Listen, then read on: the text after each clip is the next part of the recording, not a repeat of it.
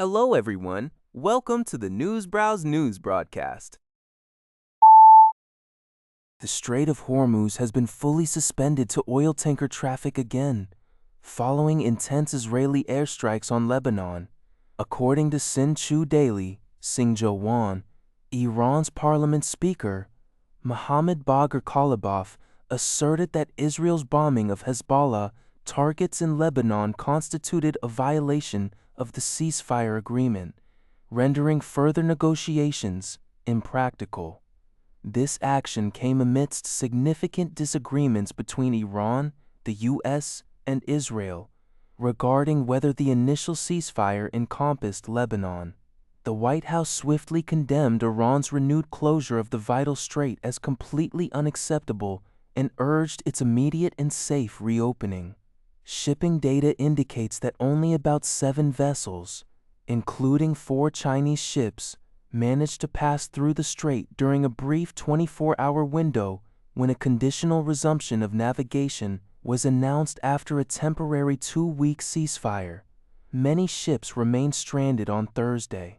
Iran's Islamic Republic of Iran Broadcasting, IRIB, cited the Iranian Port and Maritime Organization, stating that all vessels wishing to transit the strait must coordinate with the Islamic Revolutionary Guard Corps Navy and use designated alternative routes to avoid potential anti-ship mines in the war situation. UPI reports that North Korea conducted a series of weapons tests this week from Monday to Wednesday, including a tactical ballistic missile equipped with a cluster bomb warhead, as well as new electromagnetic and other electronic warfare systems.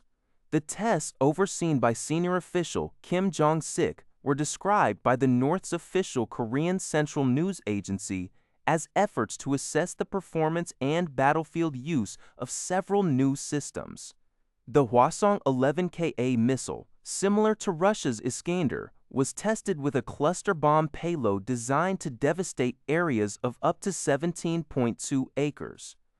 Additionally, trials included an electromagnetic weapon system capable of disrupting electronic systems and carbon fiber bombs, graphite bombs meant to disable electrical grids. The exercises also featured a mobile short-range anti-aircraft missile system and efforts to measure missile engine workload using low-cost materials, highlighting Pyongyang's focus on modernizing hybrid warfare capabilities. These tests followed a diplomatic exchange where North Korea rejected South Korea's hope-filled dream reading of recent remarks, reaffirming its hostile stance. JG. Press reports that former U.S. President Donald Trump harshly criticized NATO and seemed to revive his threats regarding Greenland following a private meeting with Alliance Chief Mark Rutte. Trump reiterated his frustration with NATO allies for their perceived failure to support his war against Iran, recalling his earlier threat to acquire Greenland from Denmark. The closed-door discussion with Rutte, known for his ability to manage Trump, was described as frank and open.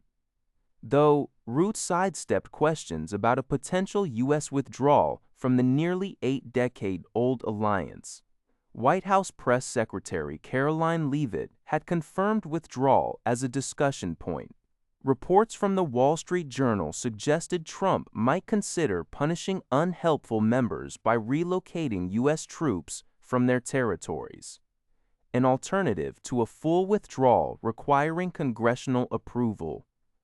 This meeting occurred one day after a fragile U.S.-Iran ceasefire. Trump has previously labeled NATO a paper tiger and has taken personal aim at allied leaders.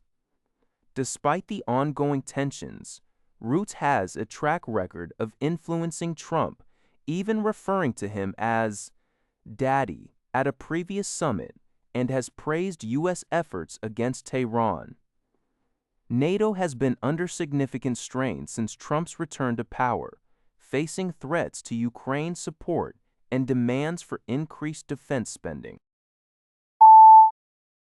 NHK reports that the International Monetary Fund, IMF, World Bank Group, and World Food Program, Emily.pe, issued a joint statement on April 8th discussing the Middle East situation's impact on the global economy and food security. The institutions warned that the ongoing conflict is fundamentally disrupting lives and has already caused the largest energy market volatility in modern history.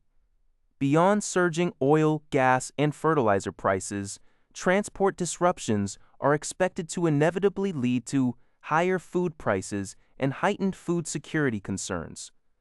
The statement emphasized that the heaviest burden will fall upon the world's most vulnerable, particularly those in low-income, import-dependent economies with limited fiscal space and rising debt.